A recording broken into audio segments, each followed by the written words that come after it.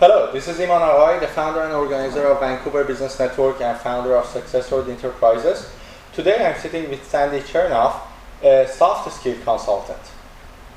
Whenever I introduce Sandy to a person or I'm speaking about Sandy with another person, and I say that Sandy is a soft skill consultant, they always ask me one question. What is a soft skill consultant? So Sandy, what does a soft skill consultant really do? Well, this soft skills consultant offers customized interactive workshops and personal coaching sessions to clients in a variety of soft skills, which are people skills. So I offer high performance team building, leadership development, communication skills, stress in the workplace, time management and organizational skills, and goal setting, train the trainer programs, how to run results-oriented meetings, whatever the client needs. And I take a composite of those skills and customize sessions to suit their specific needs. So for example, I can run a customer service program, a managerial training program, whatever the sales program, whatever clients need. And so that's what we do. Interesting. So you hold customized workshops for different organizations. And this is a funny thing about, not funny, but this is an interesting thing about Sandy.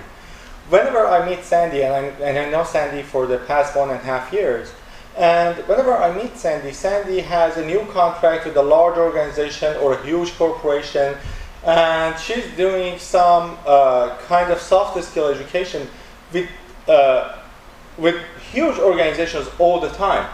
So how do you do that, Sandy? Well, when I started, I had to stand back and figure out how to get people to know what I'm doing. So the first thing I did actually was I called all the professional organizations in the Yellow Pages, and I asked them if they if they offered educational opportunities or if they ran seminars or conferences for their members, and if so, how did they get their speakers? So I offered my services to be a speaker for these different events, and people were open to that. Then I called the different departments in our universities and colleges that offer staff training in their business programs, and again offered my services, and they were also open. And when people attended either the conferences or these staff training programs, oftentimes they would decide that what I was providing would be useful in either their department or back in their company, and so they would invite me to come and present back to them. And ultimately, the final thing that I did to promote myself was, of course, get an interactive website, a very simple interactive website, but nonetheless one that would provide me with opportunities from a contract perspective. And in fact, I do get a lot of inquiries through my website. So I don't actually do any cold calling or prospecting anymore. Okay, and you mean you used to call these corporations, but you probably did lots of networking back then, yeah? You drank lots of coffee. Oh yes, a lot of coffee and a lot of different kinds of networking events like trade fairs and different kinds of networking organization meetings or events, whatever they have, because you're trying to get connections. Okay, interesting. As educators and public speakers, we always are on the stage and we are on the spotlight and everybody are looking at us. And it so happens that there is from time to time some embarrassing moment in our presentations. Have you ever had, not have you ever had, because you most probably had, but what was the most embarrassing moment that you had in any of your presentations? Well, probably the most embarrassing moment I ever had was one that it was not actually a workshop that I was doing, but I started doing this as a volunteer. So it was for the women's organization that actually trained me to be one of these kinds of trainers. And an honor was bestowed upon me to make a presentation to the outgoing national president, and I had to present a gift to her on behalf of the Vancouver chapter.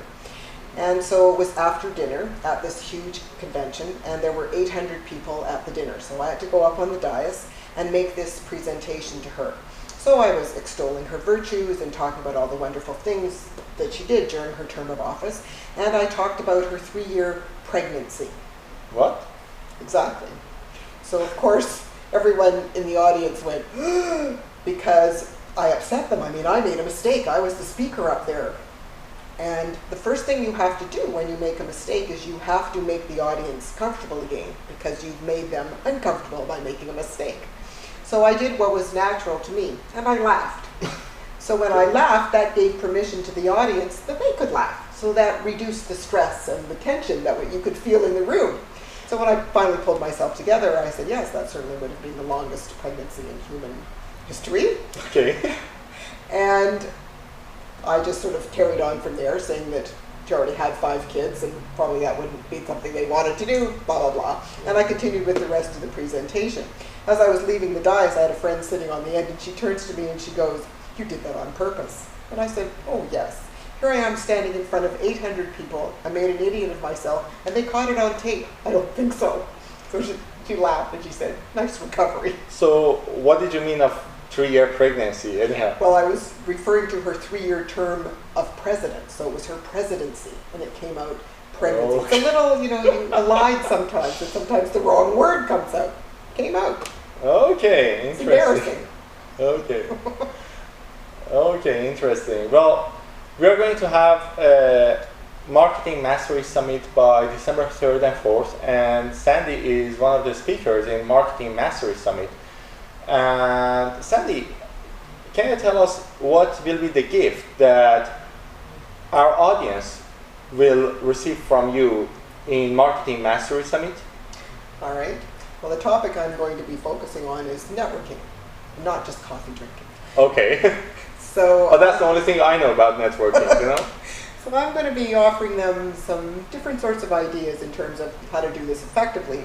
And probably one of the most important things when you're networking is you want to be building relationships, not per se selling your business, but more kind of selling yourself.